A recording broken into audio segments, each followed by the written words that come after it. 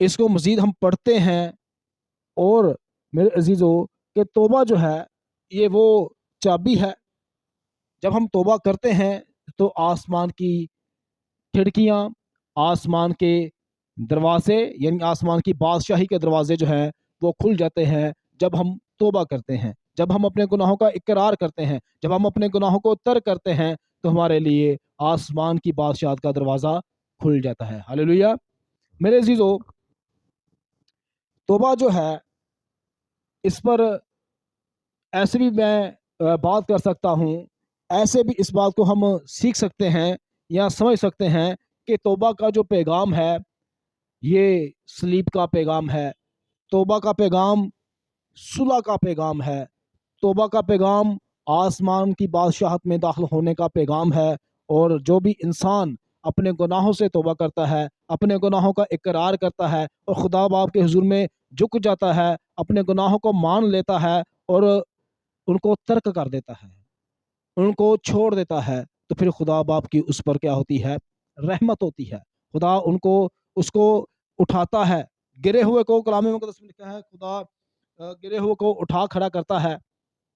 اگر کوئی گناہ گار اپنے گناہوں کا اقرار کرتا ہے تو خدا اسے توبہ کی توفیق بخشتا ہے، چونکہ توبہ کی توفیق خدا کی طرف سے ہے.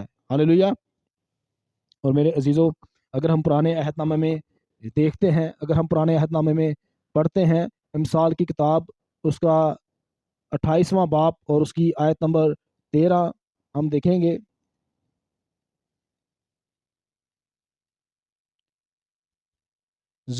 امثال کی کتاب اور اس کا 28واں باب اور اس کی آیت نمبر 13 میں یوں مرقوم ہے: جو اپنے گناہوں کو چھپاتا ہے کامیاب نہ ہوگا، لیکن جو ان کا اقرار کر کے ان کو ترک کرتا ہے اس پر رحمت ہوگی. ہاللیلویہ.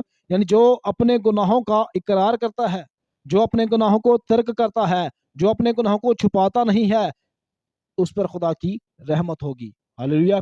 آج بھی ہم دیکھتے ہیں کہ بہت سارے بہن بھائی، بیٹے بیٹیاں، بزرگ، نوجوان، بچے جب اپنے گناہوں کا ان کو احساس ہوتا ہے تو وہ اپنے گناہوں کا اقرار کرتے ہیں.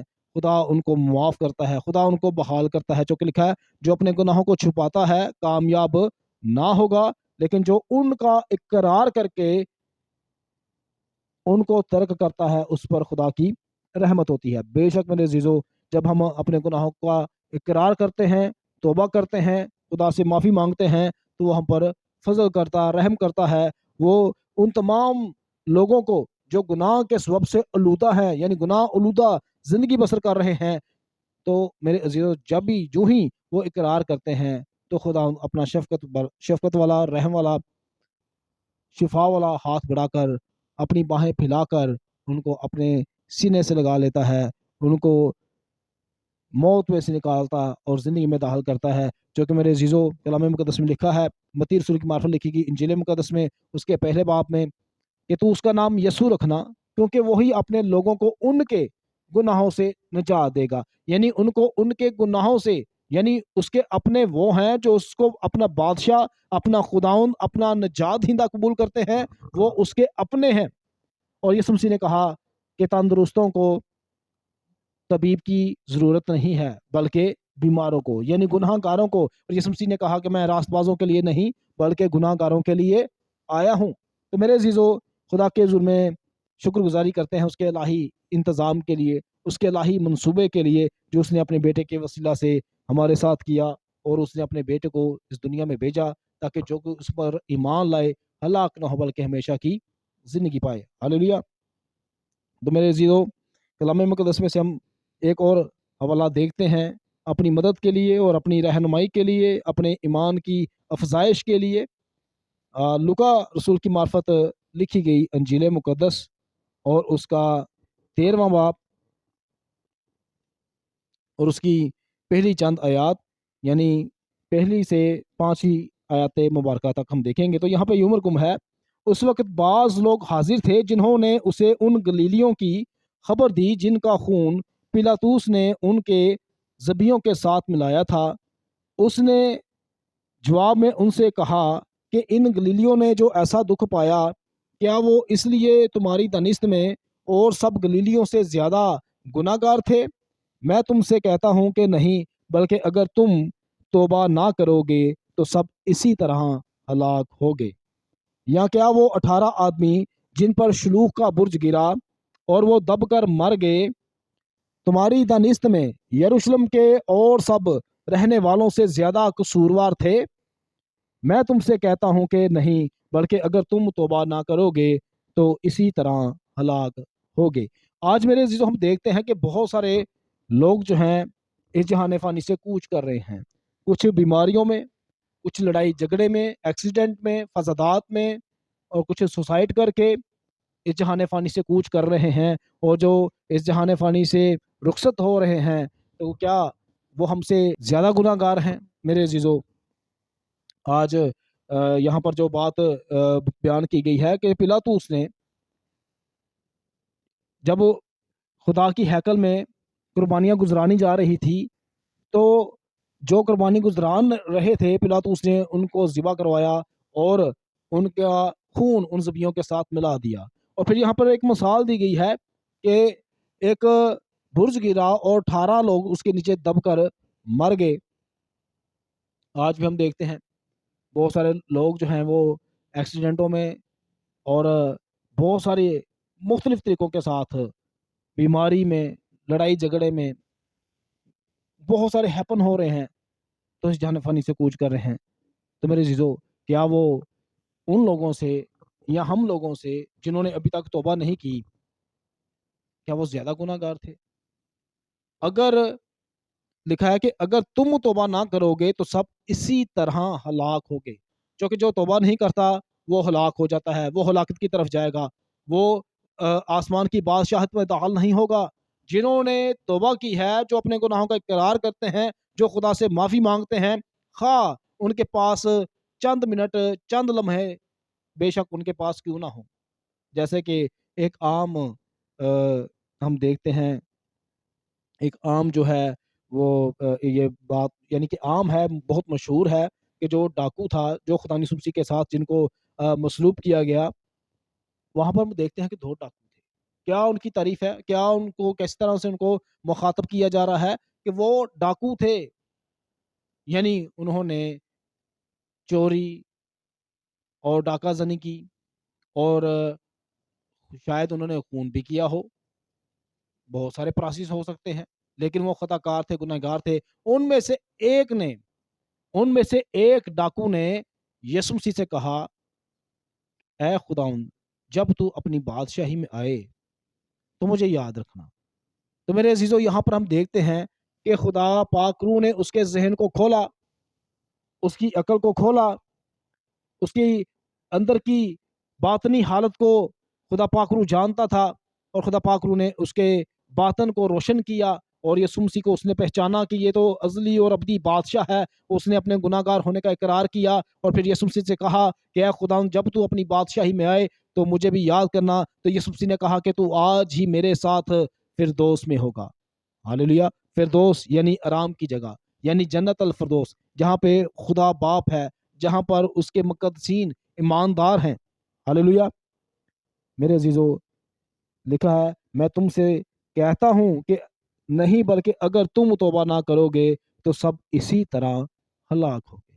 اگر ہم توبہ نہیں کریں گے تو ہلاک ہو جائیں گے۔ اپنی زندگیوں پر ہمیں غور کرنے کی ضرورت ہے، اپنے آپ کو جانچنے کی، پرکھنے کی ضرورت ہے کہ ہم کس طرح سے زندگی بسر کر رہے ہیں۔ کیا ہم خدا کے حکموں پر عمل کر رہے ہیں؟